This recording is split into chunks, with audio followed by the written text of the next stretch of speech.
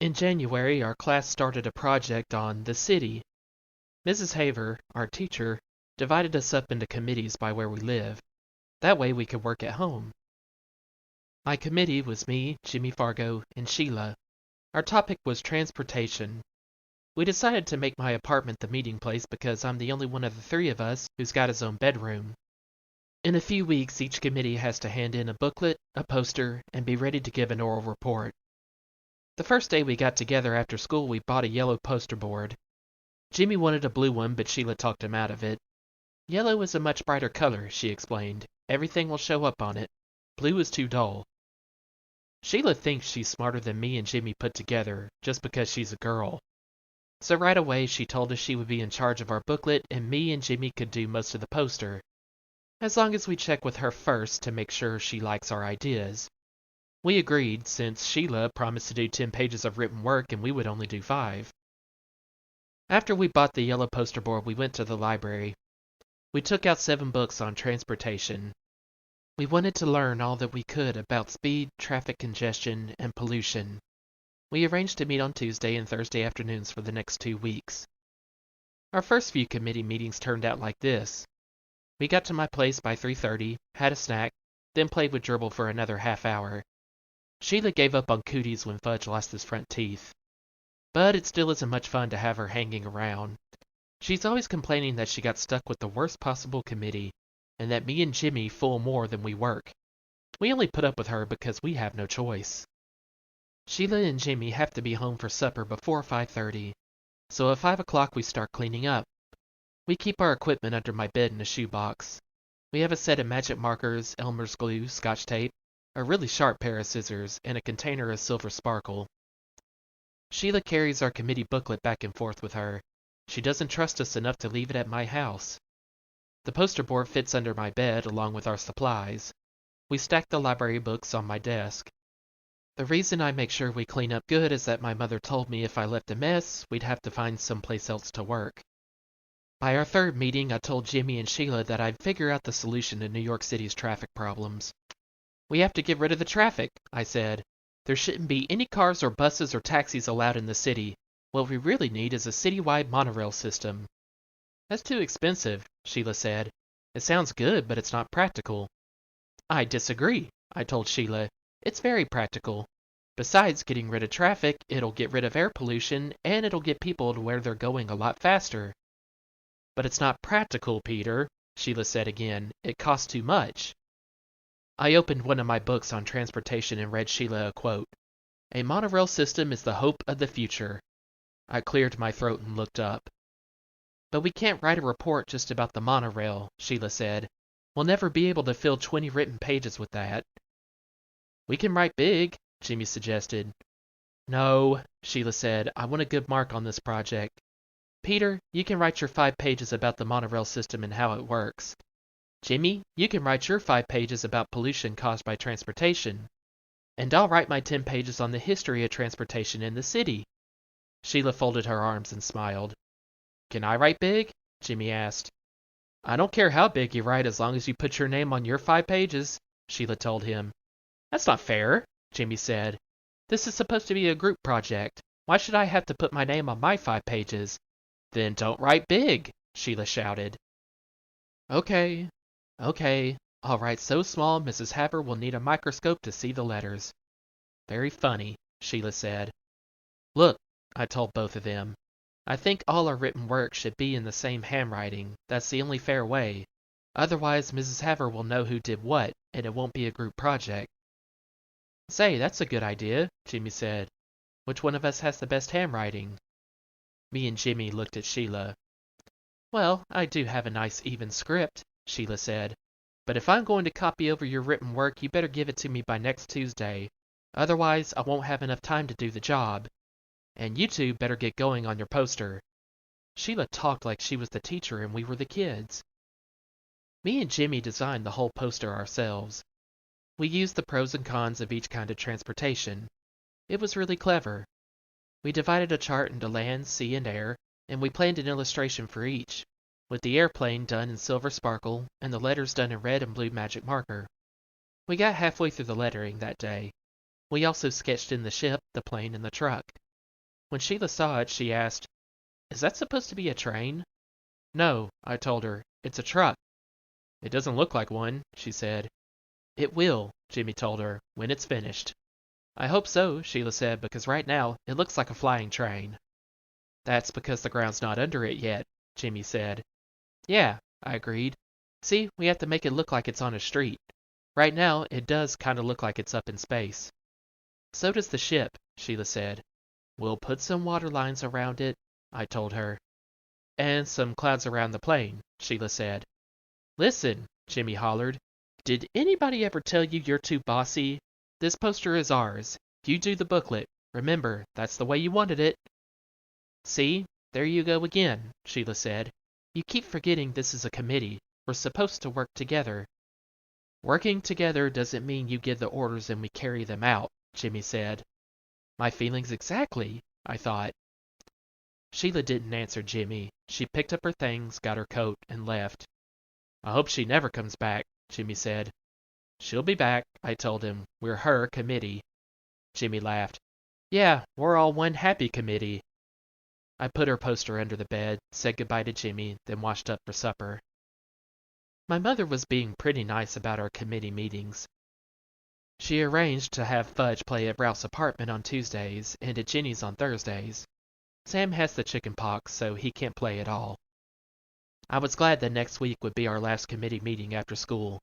I was sick of Sheila, and I was getting sick of transportation. Besides, now that I knew a monorail system was the only way to save our city, I was getting upset that the mayor and all the other guys that run things at City Hall weren't doing anything about installing one. If I know that's the best method of city transportation, how come they don't know it? The next day when I came home from school, I went into my bedroom to see Dribble like I always do.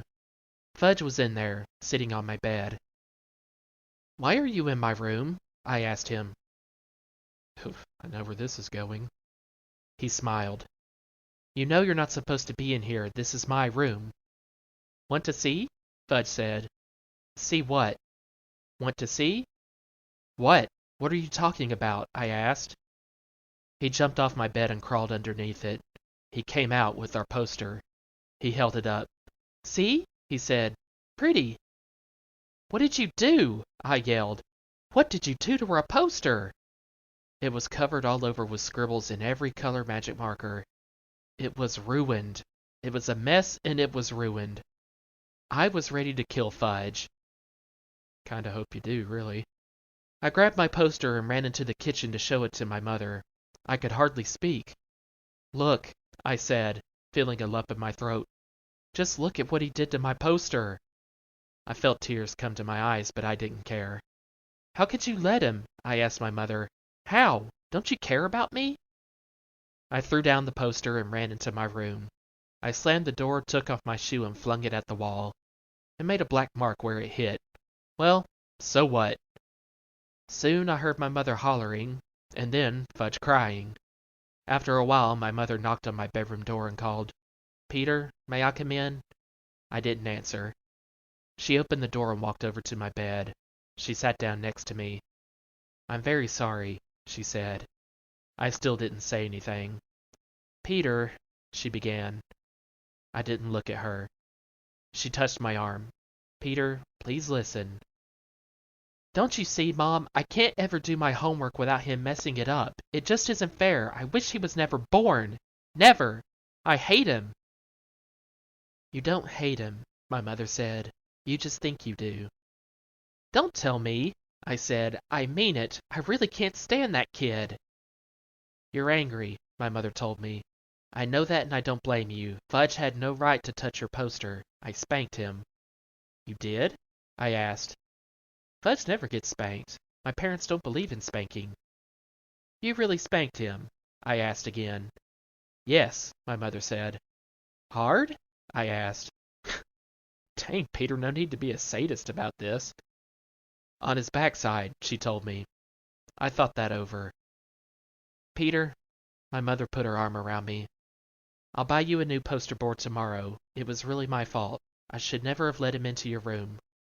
"That's why I need a lock on my door," I said. "I don't like locks on doors. We're a family. We don't have to lock each other out." If I had a lock, Fudge wouldn't have gotten my poster. It won't happen again, my mother promised. I wanted to believe her, but really I didn't. Unless she tied him up, I knew my brother would get into my room again. Next day, while I was at school, my mother bought a new yellow poster board. The hard part was explaining to Jimmy that we had to start all over again. He was a good sport about it. He said this time he'd make sure his truck didn't look like a flying train. And I said this time I'd make pencil marks first so my letters didn't go uphill. Our committee met that afternoon. Sheila didn't mention the last time. Neither did we.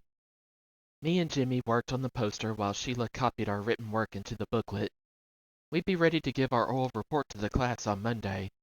Not like some committees who hadn't even started yet. By 5 o'clock we had finished our poster and Sheila was almost done with the cover for our booklet.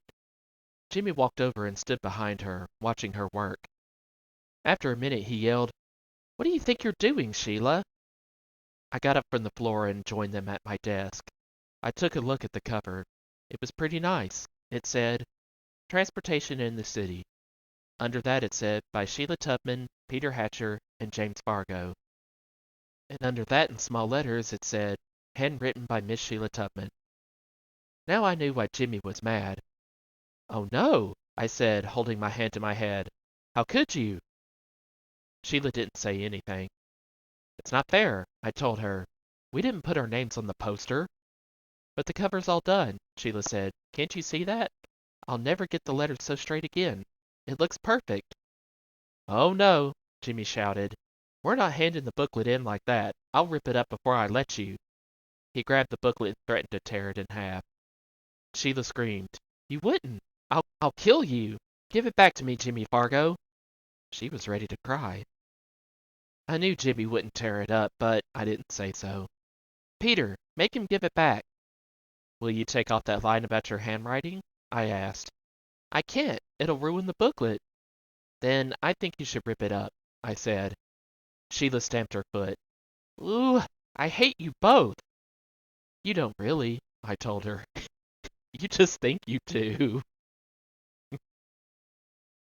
"I know I do," Sheila cried.